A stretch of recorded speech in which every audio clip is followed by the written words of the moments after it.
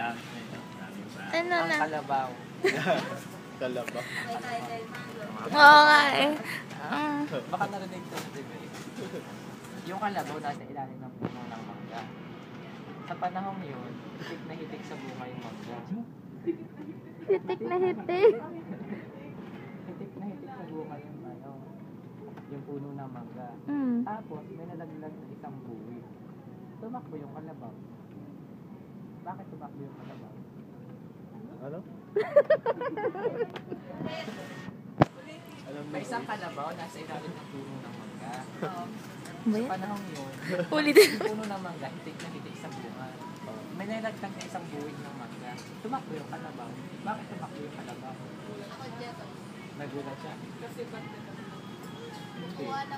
oh, Nyek! Tawa-sawa.